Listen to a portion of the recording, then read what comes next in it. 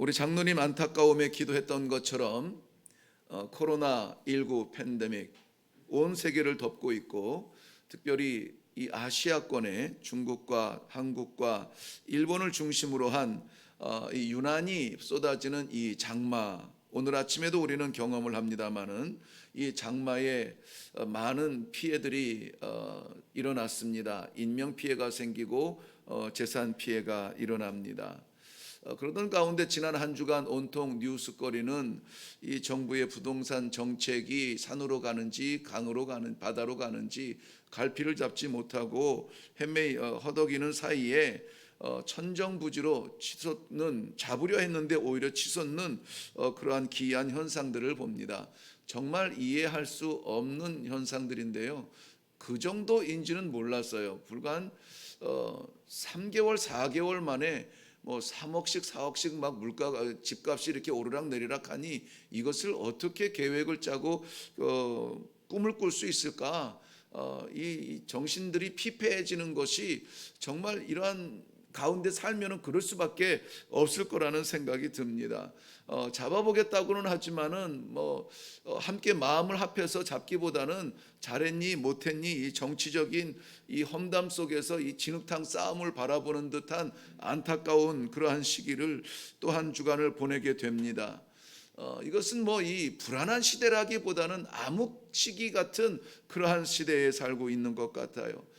우리의 심정은 아무리 마음을 정돈하고 바른 마음, 이렇게 이 정진하는 마음을 가지려 해도 어쩔 수 없이 혼란과 좌절과 또 분노의 우리 주변의 이야기들은 곱게 오가지 않습니다. 평가가 제대로 내려지지 않아요. 그럴 때 우리의 교회와 우리의 성도들은 어떻게 해야 될 것인가 하는 말씀이 오늘 함께 나눈 말씀 속에 담겨져 있습니다. 오늘 본문은 하나님의 백성이 이방의 포로가 되어서 어찌할 수 없는 포로의 신세로 지낼 수밖에 없지만, 그러나 포로로 던지시는 하나님의 그 채찍이 영원한 멸망의 말씀이 아니라 그 가운데에서 반드시 회복되어져야 되는 하나님과의 관계를 오늘 설명해 주고 있습니다. 그러므로 말미암아 때로는 하나님께서 우리에게 내리시는 채찍이 오히려 더 선명하게 볼 수 있는 그 소망을 바라보는 눈을 좀 떠라 라는 하나님의 메시지로 우리는 받을 수가 있습니다. 시온이라는 말이 등장을 합니다. 14절 보면 오직 시온이 이르기를, 시온이 여호와께 이르기를, 이 시온은 사람은 아닙니다만은 그러한 그 땅을 이야기하는데 이스라엘 백성들을 대변하는 대명사처럼 쓰이는 말이 됩니다. 그런데 아직까지는 그런 정도의 관계는 아니에요.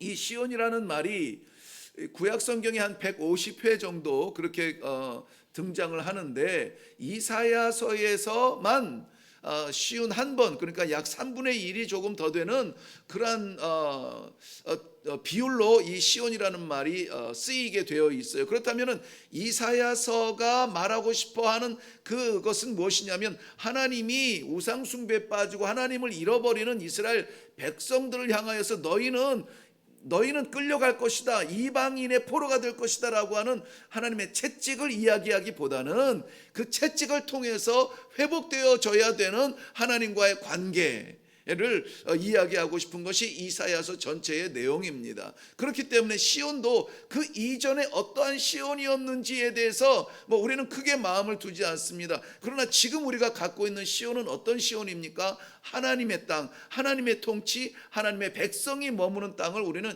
시온산 이렇게 이야기합니다. 시온성 이렇게 이야기하죠. 그런데 사실은 이 시온이라고 하는 그 땅은 이스라엘 백성들이 붙인 이름은 아니고, 그 시온성에 살던 사람들은 이방인들이었습니다. 여부스 족속이었어요. 여호수아를 통해서 이 가나안 정복의 시대에 이 시온이라 불리는 이 여부스 땅은 베냐민 지파에게 이렇게 주어지게 되었는데요, 이 베냐민 지파가 이 시온 산성에 머물고 있는 여부스 족속을 완전히 멸절시키지 못합니다. 그리고 공존하게 돼요. 그 공존함으로 인하여서 이스라엘 백성들은 어려움을 많이 당하게 되는데, 언제 이 시온산이 이스라엘 백성들의 마음에 각인되냐면은 다윗이 이 시온산성을 무너뜨리고 그곳을 다윗성이라 이름을 짓습니다. 그제서야 비로소 이 시온산의 의미가 바뀌게 돼요. 더 이상 이 이방인의 땅이 아니라 하나님께서 우리를 위하여서 세우신 다윗 왕이 무너뜨린 하나님의 백성의 산성이 될 것이다 라고 하는 그러한 소망을 갖게 됩니다. 그 소망의 시작이 이 사무엘상 5장 7절에 보면은 이 다윗의 입술을 통하여서 다윗의 그 정복을 통하여서 나타나게 됩니다. 비로소 우리들에게도 오늘처럼 시온성, 시온산 하면은 소망으로 불려지게 되는 것이죠. 이것이 발전하여서 이 신약적인 부분에서는 더욱더 분명한 우리의 영원한 소망의 그 나라를 상징하게 됩니다. 계시록 14장 1절 말씀에 보면은 마지막 날 심판대 앞에 섰을 때에 그 어린 양이 선 자리가 어디냐면 시온산에 섰다라고 이야기해 주고 있습니다.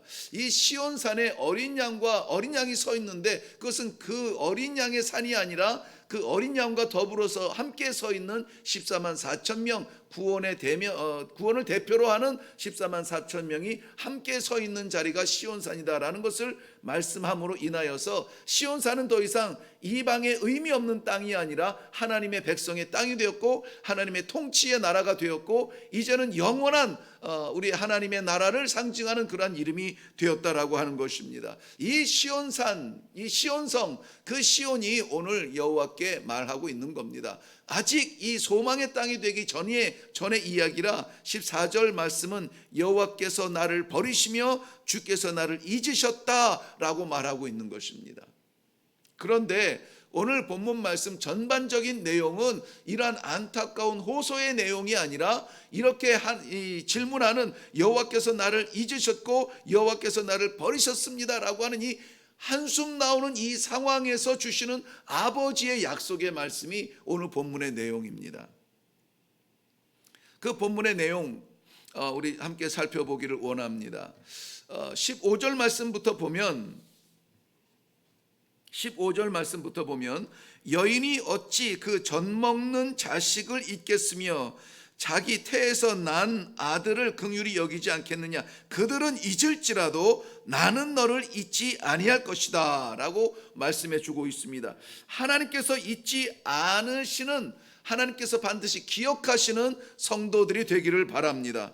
어떤 험난한 길을 걸을지라도 홀로 걷는 고독한 길이 아니라 하나님께서 동행하여 주시는 그러한 복된 길이 되기를 바랍니다. 내가 싸우는 위험한 길이 아니라 내가 싸우는 불안한 싸움이 아니라 하나님께서 나를 붙드시고 함께 싸워주시는 그러한 담대한 싸움이 되기를 바랍니다.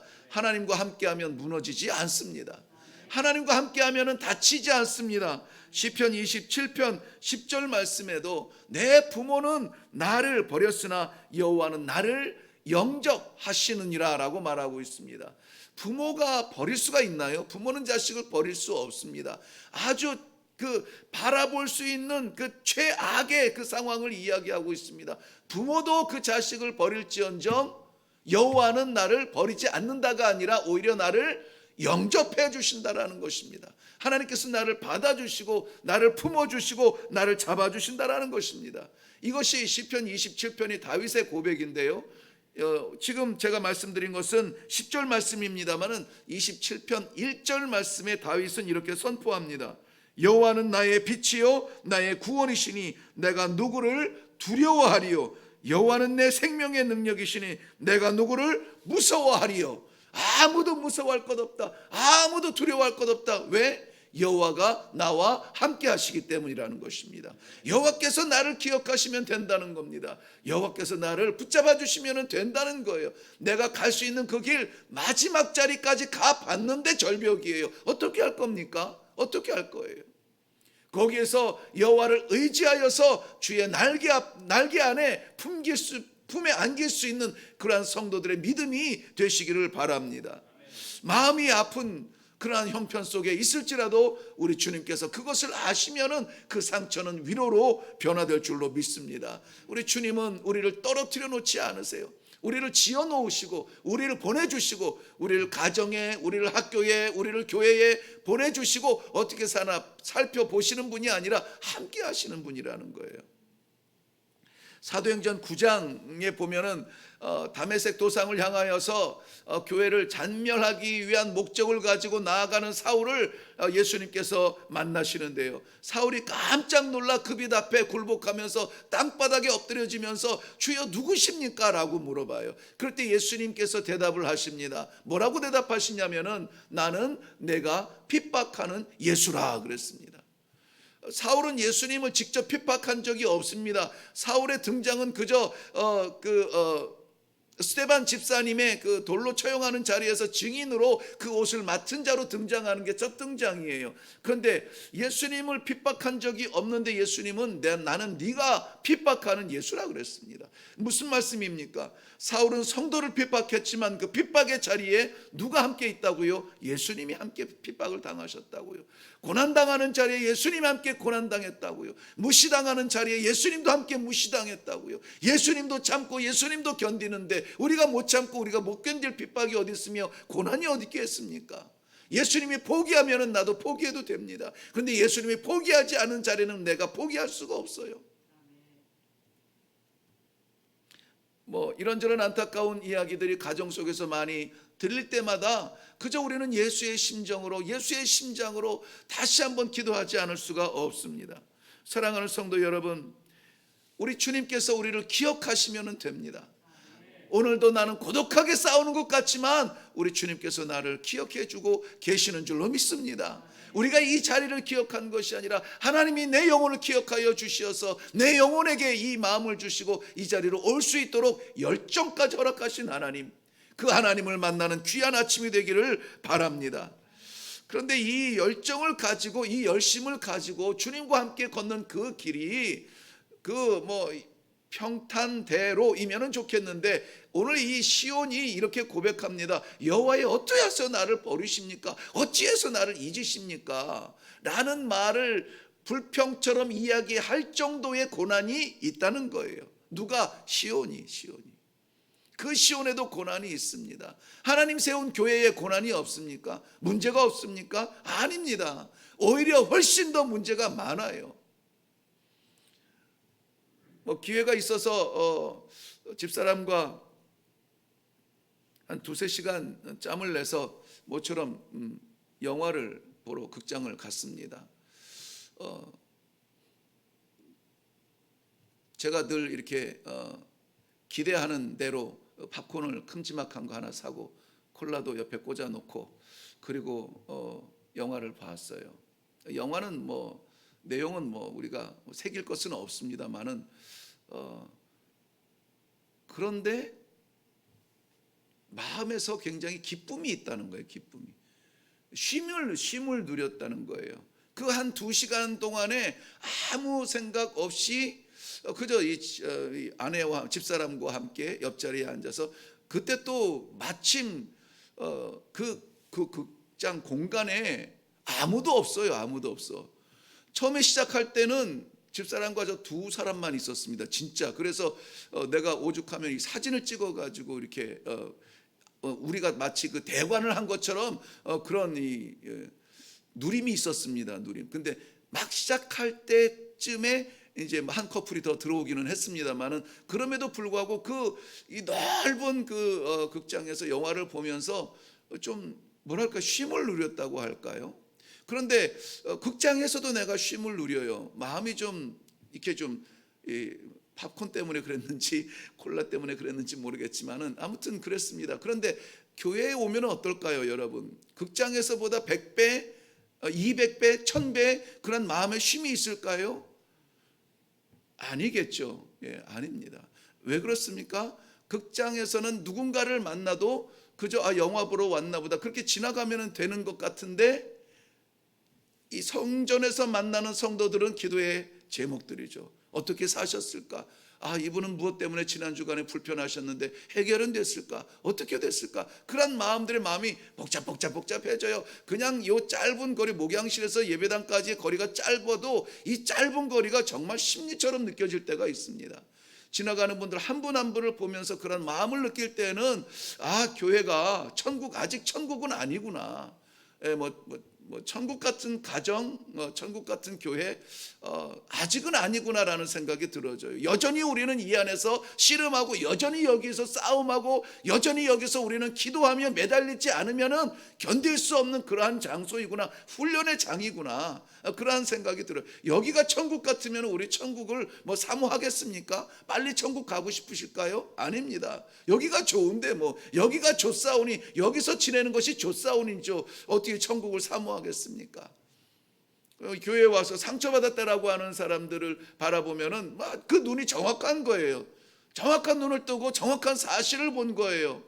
상처받을 일밖에 없습니다, 교회에서는. 그런데 여기서 그 시온은 여부수 사람들이 살던 그 땅의 시온이고, 오늘 우리가 본문에서 성도가 만나는 시온은 어떤 시온이에요? 소망의 시온이라는 것입니다. 소망. 지금 현실에서 우리가 이게 답이 아니라 이것은 문제일 뿐이에요. 진짜 답은 우리가 갖고 있는 소망, 그 하나님의 나라, 그 나라에 함께 갈 사람들인데 이대로 갈 것이냐? 이대로 갈 것이냐? 여기에서 그러면은 나는 어떻게 할 것이냐, 이것 가지고 나는 못하는데 하나님 할 수 있게 해주세요, 이게 기도예요. 나는 못하는데 하나님 힘 주세요, 이게 기도란 말이죠. 이것을 이길 수 있도록 지금 불평이 나오지만 이 불평의 육신의 힘을 누르고 찬송의 영적인 능력으로 살아가는 것, 찬송하는 것, 이게 신앙이에요. 이게 성도라는 것입니다. 그리고 그 자리가 교회예요. 오늘 이 시온은 어려움을 만납니다. 성도들의 마치 절규와도 같은, 나를 버리셨습니까? 나를 잊으셨습니까? 그 아픔들을 호소하고 있습니다. 그런데 뭐라고 했죠? 성도의 아픔의 자리에 누가 함께 한다고요? 주님도 아파한다고요. 이 성도의 절규는 어쩌면은 하나님의 절규일 수 있습니다. 그 소망이 완전히 우리의 자리가 되기까지 그 길을 걸어가는 우리에게는 이 고난의 길을 피할 수가 없다는 것입니다. 하나님께서 아브라함에게 후손의 약속을 주신 것이 75세였습니다. 그런데 그 아들을 품에 안은 게 언제입니까? 100세의 아들을 얻었습니다. 100세. 아니, 천지를 지으신 능력 있는 하나님이 하신 약속이에요. 약속에 신실하신 하나님이 하신 약속이에요. 25년이나 걸리는 게 왜입니까? 왜? 그냥 약속하시고 바로 주시면 되는데, 그 25년 동안 이 아브라함의 심정은 어떻겠습니까? 주신다고 했는데 왜 안 주시지? 주신다고 했는데 하나님이 정말 나에게 하신 말씀일까? 아닐까? 심지어는 그래서 그는 이 아내의 그 사람의 생각에 따라서 첩을 통해서 아들을 낳아보기도 합니다. 그런데 하나님은 단호하게 말씀하십니다. 아니야, 그 아이가 아니라 네 몸에서 날 너의 씨라고 라고 말씀을 해주세요. 우리의 생각과 하나님의 생각은 다릅니다. 이것은 땅과 하늘이 먼 것처럼 비교할 수 없는 거리입니다. 우리의 생각으로 하나님을 판단해서는 안 됩니다. 우리의 생각으로 성도의 삶에 만족시켜서는 안 됩니다. 하나님의 관점에서 우리가 성도의 삶을 살아야 돼요. 이스라엘 백성들 그 엄청난 기적 같은 하나님의 역사를 통해서 출애굽했습니다. 200만 명이 넘는 백성이 탈출을 했습니다. 아니, 군사처럼 담대하게 재산을 다 끌고 나왔습니다. 그 출애굽이에요. 그런데 약속한, 하나님께서 모세를 통해서 약속하신 가나안 땅을 가는 데는 몇 년 걸렸습니까? 40년이 걸렸어요. 그것도 평탄대로를 간 것이 아니라 광야에서 40년을 간 겁니다. 뱀에게 물리기도 합니다. 물이 없어서 갈증이 나기도 합니다. 이방 원수들이 쫓아와서 전쟁하자고 막 쳐들어옵니다. 그런 땅을 40년을 지나요. 우리는 어떻습니까? 우리의 성도의 삶은 어떤가요? 정말 날마다 하나님께서 역사하시고 날마다 하나님께서 살아계시고 날마다 천국이요, 그렇게 사실 수가 있습니까?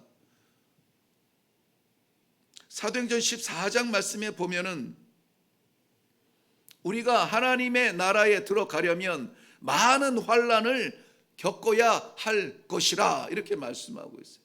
우리가 하나님의 나라에 들어가려면 많은 환난을 겪어야 된대요. 40년의 광야도 겪어야 되고 25년의 인내의 삶도 살아야 된다라고 말씀하시는 것입니다. 이 말이 언제 한 말이냐면은 이 바울 사도가 안디옥과 이고니온에서 복음을 증거하다가 거기까지 쫓아온 유대인들이 충동질을 해서 사람들이 이 바울 사도를 돌을 던져서 죽입니다. 돌을 던져 죽이는 것은 그렇게 돌을 던져 죽이라고 할 만큼의 그 죄질이 나쁜 죄는 몇 되지 않습니다. 부모를 욕한다거나 간음한다거나 여인이 간음한다거나 몇 가지 되지 않아요. 근데 사도 바울은 복음을 증거하는데 돌에 맞아 죽게 됩니다. 사람들은 죽였어요. 사도 바울은 죽지 않았지만 사람들은 그가 죽은 줄 알고 성 밖에 갔다가 버립니다. 성 밖에 갖다 버려요. 묻어주지도 않습니다. 이 과부나 이 저주받은 병자들이 던짐받는 그러한 죽음의 계곡에 던짐받습니다. 버림받습니다. 그런데 사도 바울이 죽지 않고 일어나서 다시 복음을 들고 바나바와 함께 더베를 향하여서 더베에 가서 뭐 합니까? 야, 이젠 도저히 복음 못 전하겠다. 아닙니다. 죽음에서 깨어나서 사도 바울이 더베에서 복음을 증거합니다. 그래서 거기에서 많은 제자들을 얻었다라고 성경은 말합니다. 그 바로 다음 절에 뭐라고 나오는 줄 아세요? 그러면은 안디옥과 이고니온에서 돌 맞아 죽을 뻔했다가 더베에 와서 복음을 전해서 제자를 얻었으면은 더베에 더 있든지 아니면은 더 먼 곳으로 더 다른 곳으로 가야 되는데 사도 바울의 행로는 이 안디옥과 이고니온으로 다시 돌아가요. 다시 돌아가요. 자기를 향하여서 돌을 던진 그 자리에 다시 돌아가요. 그리고 거기에서 한 말이 무엇이냐? 형제들아, 우리가 하나님의 나라에 가려거든 많은 환난을 당해야 된다.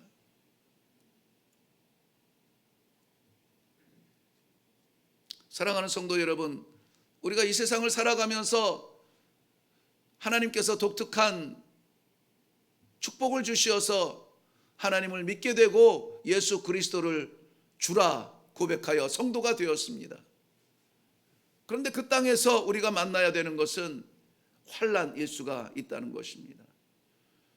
자기에게 복음을 향하여서 돌을 던진 이고니온과 안디옥에 돌아가서 우리가 많은 환난을 당하여야 하리라. 뭐가 앞으로 닥칠지 뻔히 아는 거예요. 복음을 받아들이고 성도가 되고 예수를 영접하고 하나님의 백성으로 살아가는 그 땅에 무슨 일이 일어나는지 알게 되는 겁니다. 그래서 많은 환난을 당하여야 하리라 하고 나서 이야기하는 것이 이 사도 바울이 한 것이 무엇이냐면은 각 교회에서 장로들을 모읍니다. 장로들을 모으고 사도행전 14장 23절 말씀 보면 장로들을 택하여 금식하여 기도하게 하고 이고니온의 그 안디옥과 이고니온의 성도들을 주께 맡겨 드립니다. 기도 없이 이 상황을 만난다면 그것은 핍박입니다.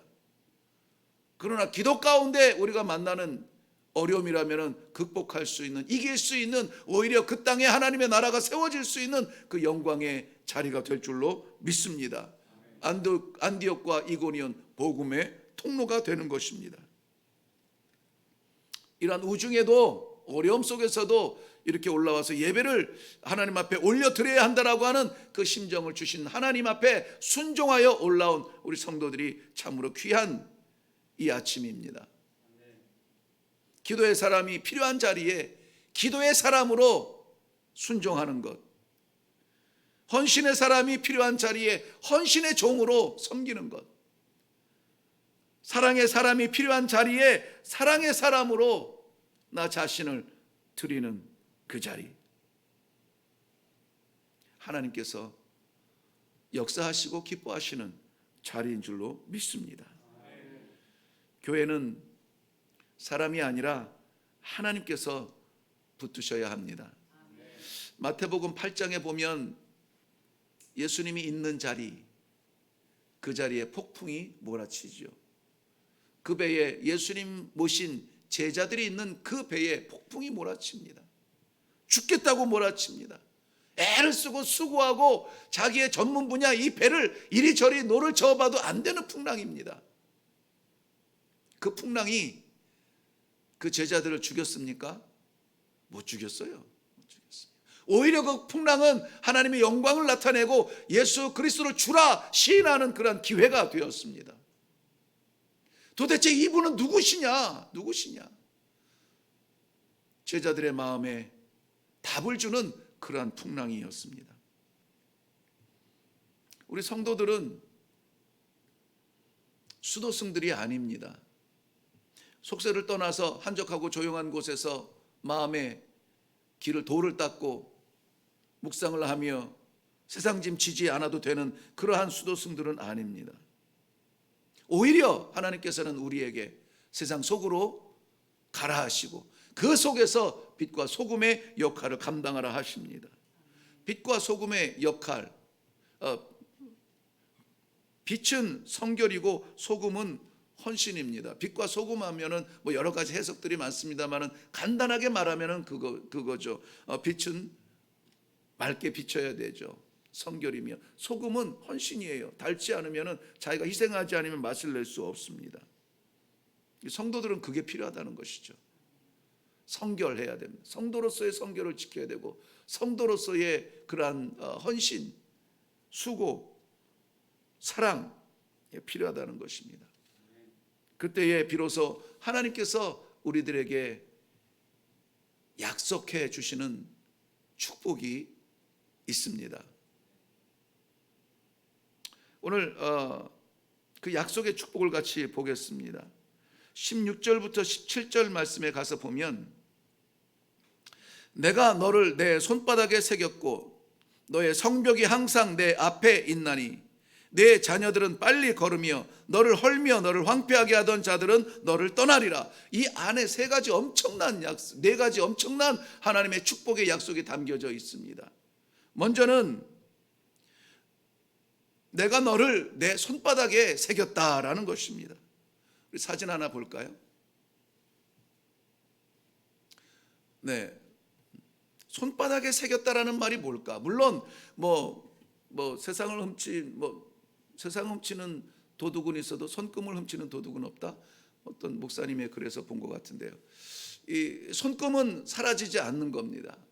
분명히 새겨지는, 잊혀지지 않는 겁니다. 근데 하나님께서 너는 내 손바닥에 새겼다라고 하는 하나님의 손바닥에 새긴 성도의 이름은 무엇일까요? 그냥 잊혀지지 않는 정도일까요? 아니에요. 그것은 구원의 보장이에요. 구원의 보장입니다. 우리 하나님의 손바닥에 새겨진 성도들의 이름이 되기를 바랍니다. 우리는 하나님의 이름을 새겨본 적이 없으나 하나님은 우리의 이름을 새겨놓으시고 잊지 아니하시고 구원의 자리까지 우리를 확실하게 인도하여 주실 줄로 믿습니다. 요한복음 10장 28절 말씀에 내가 그들에게 영생을 주노니 영원히 멸망하지 아니할 것이요 또 그들을 내 손에서 빼앗을 자가 없느니라 그랬습니다. 사탄이 아무리 강해도 우리 그 손에서 우리를 빼앗을 수는 없습니다.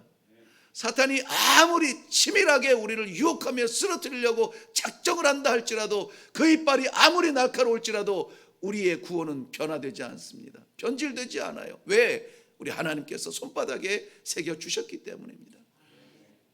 생각해 보십시오. 예수님이 하나님의 독생하신 아들이지만 하나님 자신이기도 하세요. 아들의 손바닥에 못을 박아 구원한 백성 잊을 수가 있습니까? 잊을 수가 있어요.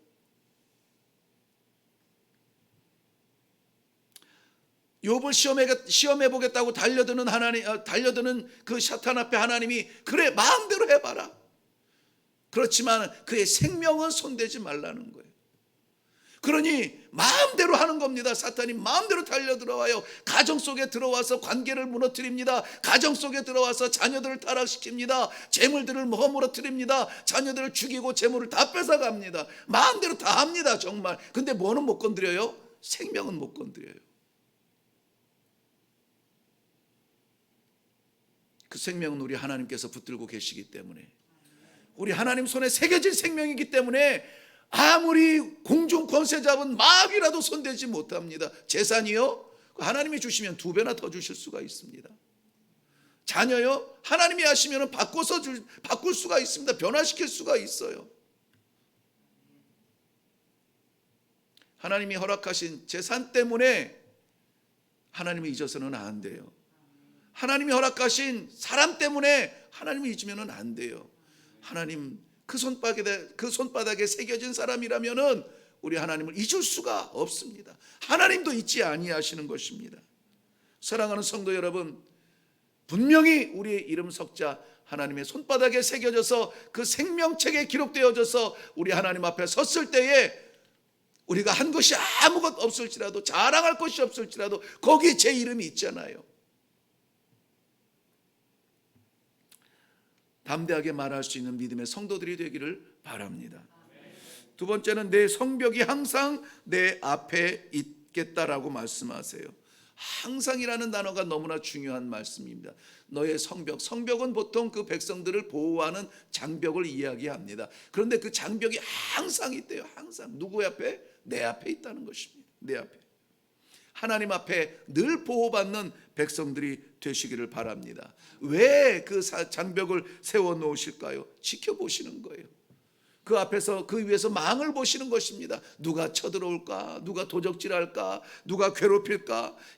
지금은 뭐가 필요할까? 그 성 안팎을 살펴보시는 하나님의 사랑이 오늘 우리에게 있는 것은 왜입니까? 허망한 생각입니까? 아니에요. 오늘 말씀해 보면은 항상 내가 그렇게 하겠다라고 말씀해 주시는 겁니다. 세 번째로는 내 자녀들은 빨리 걸으며 내 자녀들에 대한 복을 하나님께서 약속을 해주세요. 자녀들의 길을 하나님께서 보장해 주세요. 빨리 걷는다는 말은 넘어지지 않는다는 말입니다. 넘어지지 아니하고 실패하지 아니하고 좌절하지 아니할 수 있는 그 길을 하나님께서 맡아 주신다는 겁니다. 빨리 달린다는 말은 건강하다는 것이에요. 달릴 수 있다는 것이 감사하기를 바랍니다. 우리 하나님께서 생각하시는 우리의 자녀들, 그 길을 걸을 수 있는 우리의 자녀들, 그 길을 달려갈 수 있는 우리의 자녀들, 하나님 앞에서 달려갈 수 있는 길, 세상 길로 달려가게 하지 않습니다. 하나님께서 한번 작정하신 그 의인의 가족에 허락하신 그 자녀들은 주의 길을 달려가게 하시고 의의 길을 달려가게 하시고 하나님께서 세워놓으신 그 생명길을 달려가게 하실 줄로 믿습니다. 우리 자녀들이 어서 속히 일어나서 달려가는 이것이 소망이 아니라 현실이 되기를 바랍니다. 오늘 허락하신 이 모든 축복의 말씀들은 공교롭게도 완료형으로 사용되어져 있어요. 아직 이 말씀이 포로로 끌려가기에도 100년 전이니까 마지막 이 포로가 해방이 되어지고 자유의 몸이 된 데는 170년이 더 되는, 170년 가까이 되는 그러한 세월이에요. 그런데 완료형으로 썼습니다. 그 현장에 가서 보듯이 이야기한 거예요. 하나님을 믿으시면 오늘 본문의 말씀 약속도 믿으시기를 바랍니다. 마지막 네 번째 하나님의 약속이, 축복의 약속은 무엇이냐면 너를 헐며 너를 황폐하게 하던 자들이 너를 떠나리라 했습니다. 장애가 되며 괴롭게 하던 자들을 물리쳐 주신다는 것입니다. 우리가 할 일이 아니라는 것입니다. 하나님께서 하신다는 거예요. 그러므로 우리를 헐려고 달려드는 사람들, 우리를 황폐하게 하는 원수 같은 사람들, 우리에게 상처만 남기는 그러한 사람들, 거친 돌이 되고 우리에게 괴로움의 이름이 되는 그 이름들 우리가 어찌할 거 아닙니다. 우리가 어찌할 거 아니에요. 하나님께서 하시는 거예요. 치워야 될 돌이면 하나님께서 치워주십니다. 고쳐야 될 돌이면 하나님께서 고쳐주세요. 이 놀라운 이 4대 축복이 오늘 이 아침에 예배드리는 모든 성도님들의 축복의 현실이 되기를 바랍니다. 하나님은 우리를 잊지 않으십니다. 결코 잊지 않으세요. 항상 그 손바닥에 새겨서 바라보시는 그러한 섭리 가운데 있는 성도들입니다. 빼앗길 수 없는 사랑을 받고도 감사할 수 없다면 그 사랑이 모자란 것이 아니라 우리의 진심이 부족한 것입니다. 늘 감사와 찬송과 기도가 넘치는 그것이 우리의 현실이 되는 성도의 삶이 되시기를 주님의 이름으로 축원합니다. 기도하겠습니다.